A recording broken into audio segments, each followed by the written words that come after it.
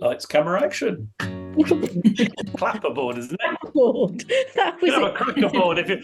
I prefer a cracker board with cheese, to be honest. But well, here we go. We're going to give this one a go. This is the new, absolute, brand spanking new inaugural Wellonomics podcast. 20 minutes or so of your time just to sit back, have a cup of tea, take some time to yourself, and just listen to a few of the things that some of the people in and around our industry and outside of it are actually starting to experience.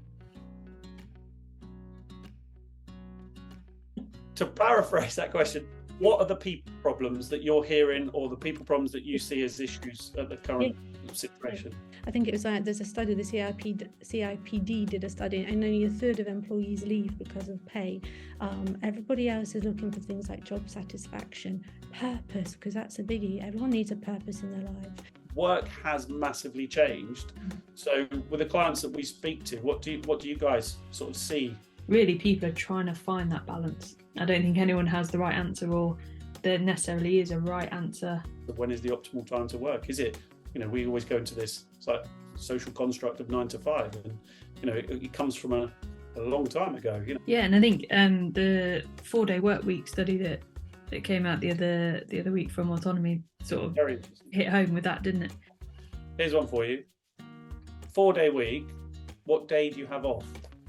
Some alignment within the company. Otherwise you miss people on 2 days, don't you? If some people take 1 day and others take another day, you're losing 2 days of communication potentially. And you hit on something quite important there, communication. And the awareness, the understanding and the action, because by communicating and by finding out what your people want. Whether you're a small company, micro 1 to 9, or you're an enterprise of 1,000 plus, people are still people. And also sort of looking into what's best for the company, you're sort of like gleaning that awareness, you're taking the time to understand, and then you're actually doing something about it and taking the action. Interestingly, and you'll remember this because it was crazy when we went through it, but pandemic, everybody was very reactive. You had to be. Just because you take a step doesn't mean you can't change it in 6 months' time, a year's time. Having, again, communicated and listened to people, and that's it, really listening to people. Do you feel that people are becoming more kind of frozen within their decision-making processes? Humans in general don't like the unknown, and I think that's always a big thing. And I think there's a lot of unknown at the minute in a lot of different ways, whether it's new ways of working, whether it's what's coming around the corner. Because this is new ground for everybody. We've never done this before. We've never worked in this multitude of ways. This is what we are. This is what we stand for. These are our values. This is where we're going. Okay, we're veering that way, but this is why we're doing it, and keep bringing that back all the time, reinforcing. Got a 7-year-old, so I hear why a lot. Yeah, but it is the best question. That open conversation and having that why conversation is so important because it can help.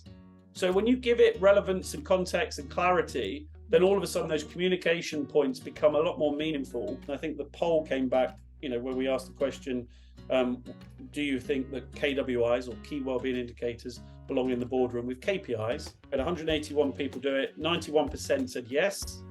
With purpose, you're accomplishing something, you're feeding into them, you're working with a team collectively, you're bouncing ideas, you feel energized, there's a good vibe going on here. I know what I'm doing, I know why I'm doing it, and if you don't, I've got people to ask for a team.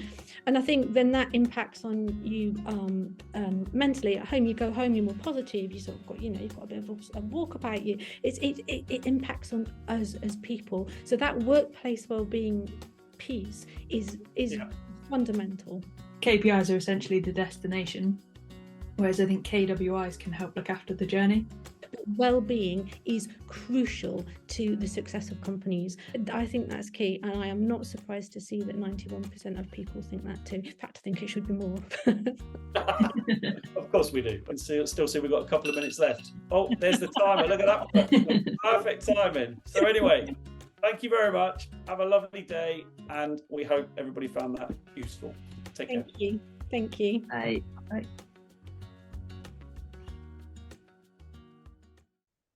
don't know how to stop recording on Zoom.